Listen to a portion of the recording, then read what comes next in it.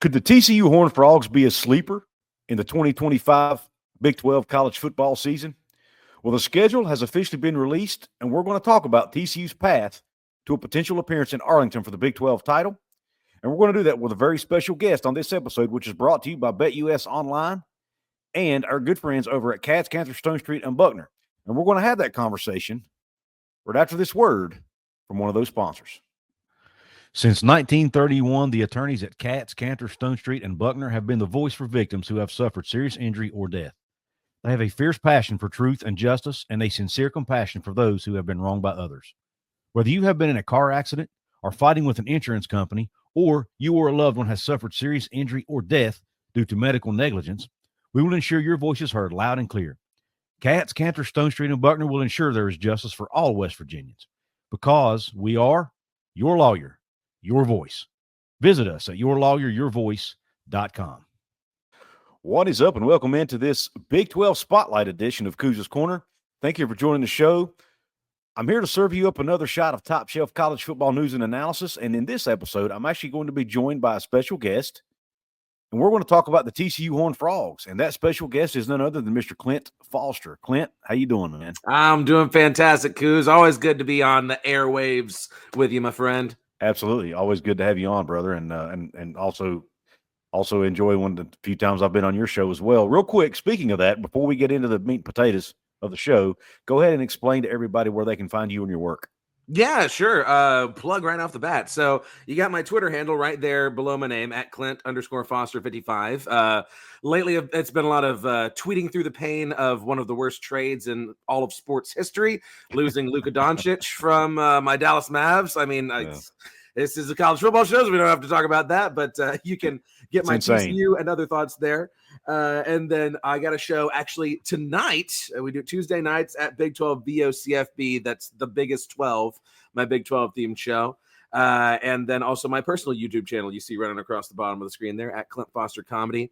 I haven't been posting a whole lot lately. I am aware people have made me aware of that, but that's because I'm working on a feature documentary right now that I'm really excited about. Awesome. Great stuff, man. Yeah. Great stuff. Look forward to the documentary. Let's go ahead and jump in. When you and I planned this show, I was not even thinking about the fact that the Big 12 schedule was coming out today, but it worked out perfectly. So now we got even something else exciting to talk about. So let's go ahead I'm going to go ahead and pull up TCU's schedule for the 2025 season. As we're looking at it there, first off, it's pretty in purple. Yes, it is. It's pretty looking, yes. And a little hard to read, to be honest, with that color purple. But anyway, let's start off the season. Looky here with North Carolina at North Carolina Chapel Hill, the Fighting Bill Belichick's. And you got obviously an out-of-conference game against Abilene Christian and then SMU, the rival game before you get into Big 12 play. But just off the bat, what are your thoughts about starting the season out with North Carolina? Well, it's kind of it's both exciting. That's a game that I was excited about before Bill Belichick was involved. I was excited about trying to go to that game. I'd never been to Chapel Hill for a game before. Now it's on a Monday night. So me being a high school teacher, I'm like, I don't know if I can swing that on Labor Day evening. But, it's going to be a nice little test. You like getting a mid-range Power 5 team, I think, to start out the season. I think that's good. This schedule, though, I mean, my good grief, it's a tail beating, man. My friends and I were all blowing up the group chat as soon as it got released, because we were all feeling pretty good about, hey, TCU taking that next step next year, and maybe we can compete for the Big 12 championship. And I'm not saying that we won't, but we're going to have to earn it. I mean, we've got back-to-back games against playoff teams, for crying out loud. I don't know why. I'm sure we'll get into all of this stuff individually, but why are we trying to make TCU Cincinnati a thing in rivalry week? Can we please have the rivalry? I'm not calling it the Blue Bonnet Battle. Can we please have the TCU Baylor game in rivalry week where it belongs? Stop trying to make fetch happen. We were rivals with Cincinnati for like 3 years in Conference USA. Stop it. Why would we do that? It's more important to play teams on the other side of the country in rivalry week, brother. Jeez, man. Jeez, good week. West Virginia's playing Texas Tech on rivalry week. West Virginia, yeah. I mean, I guess there's a John Denver tie-in there at least. I guess, yeah. We got something. I don't know what we got, but anyway, I get you. I feel your pain. But yeah, we're not even playing Tech this year because that wasn't a protected rivalry for us. So nuts. I don't even want to get. I did an entire when I think it was year before last, off season before last, when they released the 4-year schedule, Big 12 schedule. If you recall, there was a kind of a big controversy, and I did about a 1-hour rant showing my displeasure for the fact they had hardly no rivalries. West Virginia don't even play Cincinnati every year, which is bonkers to me. Yeah, just there are a lot of things about the scheduling I do not like. But when you got 300 teams in a conference, I guess it's hard to schedule everybody, right? Yeah, that's true. That's true. I mean, we could do pods after all, but nobody listens to good ideas like that. 4 and 4. Yeah. Works out pretty well, doesn't it? Yeah. But yeah, our road schedule, I mean, man alive, it's no joke. I mean, I don't think Arizona State's going to be necessarily as good this next year, but still, you got to go to Tucson. They're going to be a lot better at home. Mm-hmm. Yeah, games at Kansas State, at West Virginia. We struggle in Morgantown and Manhattan every time we go there. I mean, and at BYU, that's going to be a really, really tough game. Houston, I'm sure will be better. I mean, Houston showed flashes. They beat us this last year. It's a very tough schedule. And by the way, your bye week's in week 2. Yes. Yeah. That's the other thing. So you can prepare. You get an extra week to prepare for Abilene Christian, brother. Yeah. Well, and hell, after the way Abilene Christian looked against Texas Tech this last year, maybe we need an extra week for Abilene Christian. I hear you. Yeah, that is. I tell you what, this is the first time I've looked at TCU's schedule to be frank, and man, it's brutal. Yeah. Look at this stretch of games: SMU, Arizona State, Colorado, Kansas State, Baylor, West Virginia, Iowa State, BYU, Houston. Cincinnati. No breaks, none at all. Yeah, you should be favored. Should be favored against Houston and Cincinnati, maybe. But outside of that, and probably at more, you'll probably be favored at West Virginia. I don't know. I think you guys are going to have a good squad this year, but who knows? I do too. I mean, it's kind of a Morgantown's tough to play in, Yeah, and with Rich Rod coming back, we don't really, the expectations I think are reasonable, but nothing. I don't think we're going to win the conference or anything like that. But my point being, that's a gauntlet of a schedule you guys have right there. Yeah. I mean, we're gonna that actually reminds me of West Virginia's schedule last year when we had to play, which Oklahoma State turned out to be not very good, but we had Kansas, Oklahoma State, Kansas State, Iowa State, and someone else back to back. Yeah. So, I mean, and who the heck knows? Because going into this last season, I thought TCU had a tough schedule. Mm-hmm. But as it turned out, it was one of the easiest schedules we've had in the last 10 years. I mean, we were looking at Oklahoma State, Arizona, Utah, all of those teams back to back, and oh my God, how are we going to manage that? And they all ended up being terrible, so, I mean, who even knows? Yeah, who knows? Yeah, I thought West Virginia's schedule was tough. This looks, again, Arizona State, everybody thought Arizona State was going to be a gimme game last year, and they ended up winning the conference. So, at the end of the day, this just makes for fun discussion, right? Sure. We have no clue what's actually going to transpire, but on paper, much to Kirk Street's chagrin, this is why we play the games. Wait a minute! I thought it was an invitational. It's not. You don't actually earn it. I don't want to hear about wins and losses, Couz. Okay. Yeah. Just put the good teams. Let's prove it in the room, not on the field. Yes. Prove it on the paper. Who's going to get it done in the committee room? That's what we got to worry about. Yes. All right. Let's not bash Herb Street too much here. Lay off the guy. Are you looking for a brand new sports book? If so, look no further than our good friends over at BetUS Online. Right now, with promo code YouTube150, you get a 150% sign-up bonus on your very first deposit. That's right, 150% sign-up bonus on your first deposit. You also get a 125% sign-up bonus on your next 2 deposits up to $2,000. That's with promo code YouTube150 to get that 150% bonus today. If you do play, please make sure to play responsibly. And remember, you must be 18 years of age or older to play. Now, let's get back to the show. All right. Let's go ahead and talk about – let's jump ahead a little bit and talk about what they're going to do, or what they have done, I should say, in the transfer portal. I saw where On3 has TCU ranked as, I think, 14th in the league, somewhere in that range. Mm-hmm. But I think that's because they didn't really bring in a ton of guys. I think they only brought in about 9 players. You can correct me if I'm wrong. I think they lost about 13 or something like that. Yeah, so, not a huge transfer class at all. I mean, admittedly, I need to read up on some of these guys. Like there's a few that I know I'm excited about. I think that Joseph Manjack from Houston, I think he could be a contributor right away at slot receiver. The transfer that I'm most excited about is Jordan Dwyer, hands down. I think he could be a game-breaking wide receiver. He's a 4-star transfer that a lot of guys were looking to get. I think that you could put him opposite side of Eric McAllister, and he can be that other go-to guy for what is always going to be a pass-heavy offense as long as Josh Hoover is in Fort Worth. I think Rashid Jackson, or at least I'm hoping Rashid Jackson could be a contributor right away. 6'7", 320, and we need help on the offensive line. He's out of Incarnate Word, so that's a guy who's moving up a classification, if you will. And also Elijah Jackson. A lot of people have been talking about Elijah Jackson. He's a cornerback out of Washington. Played a pretty big role in their playoff run 2 years ago. 1 year ago? 1 year ago, I guess. And Kamorian Pimpton. I'm excited about Kamorian Pimpton, a 6'6", 242 tight end out of LSU. Last LSU tight end worked out pretty dadgum good. His name's Jack Besh, if you've heard of him. Yeah. So, yeah. By the way, had himself a heck of a day in the Senior Bowl. He really did. He really did. May have earned himself some money. Yeah. And by the way, you want to tell the story about what he's going through right now? I think that's a cool story. Yeah. So, I mean, for those of you who haven't heard about it, Jack Besh's older brother, Tiger Besh, former player for Princeton, actually, was in New Orleans during that terrorist attack that occurred right before the Sugar Bowl and was actually killed in that terrorist attack. So obviously that's been something that the Besh family has been going through, dealing with the fallout of, losing one of their children, Jack Besh losing his older brother.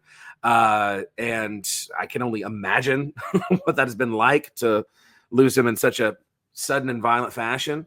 But Jack Besh has basically dedicated the rest of his career to his brother. He was wearing his brother's jersey number in the Senior Bowl and had an MVP performance in the Senior Bowl and a very emotional moment there on the field with his parents while a Reese's Peanut Butter Cup was chewing the scenery behind him. Mascot's like, as they're like crying in each other's arms.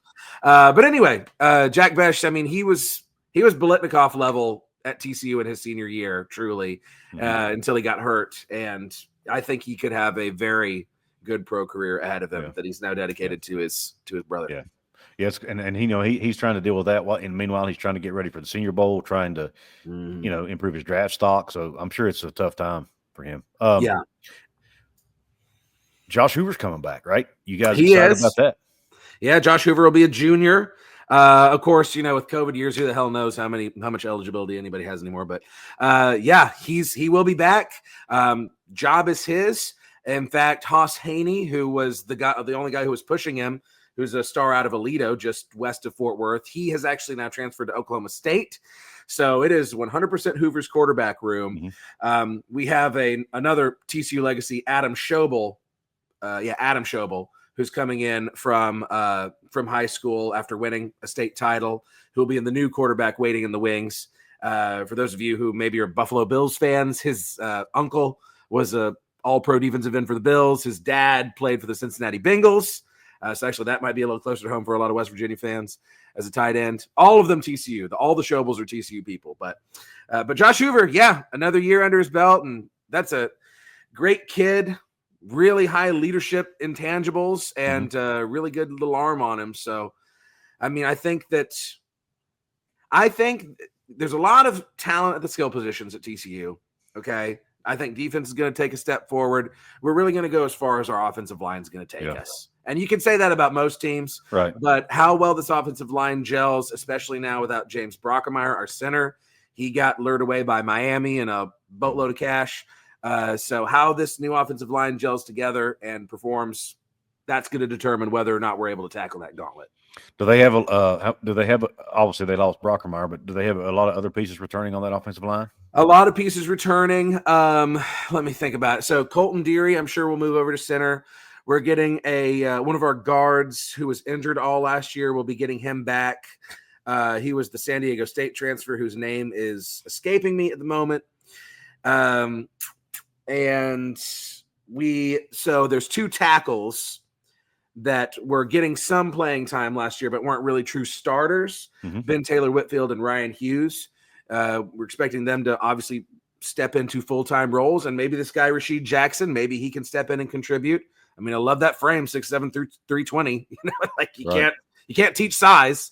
But yeah, there's pieces, and it'll be interesting to see, if I'm able to make it out to some spring practice or fall practice to see how it's all coming together. But to answer your question in a more succinct fashion, yes, most of the offensive line is back. Okay, that's good. I mean, that should make TCU fans feel good about the situation. What are realistic, in your mind, what are realistic expectations for this TCU team for the 2025 season? I mean, do you think they can legit compete for a conference title? I Do mean, you think 8-9 wins is the goal? What, or not the goal, but the realistic expectation? What are you thinking there? Yeah, it's hard to say because, prior to the schedule release, I think most TCU fans would say to you, yes, this is a team that can compete, can be in the conversation for Arlington. And if they're not, then we need to, begin asking questions again about, is this coaching staff, can they do the thing? Can they build? Can we win without the previous guys' players? That's been the criticism, right? Golly, the schedule's just is tough. I mean, it's hard. It's hard for me to sit here, without having. I mean, by the time August rolls around, I'll have convinced myself that we're going to win all the games. But right now, let's see. I think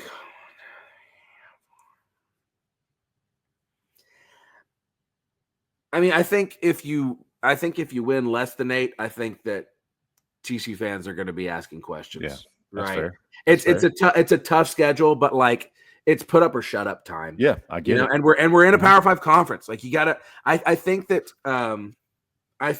if it's anything, and again, the schedule's brand new.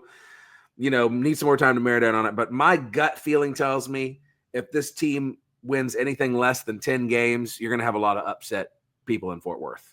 Yeah, really. Wow. And that's not that's not going to come easy. Mm-hmm. It's a freaking hard schedule. But I think that's where people are at with the Sonny Dykes era right now. Yeah. All right.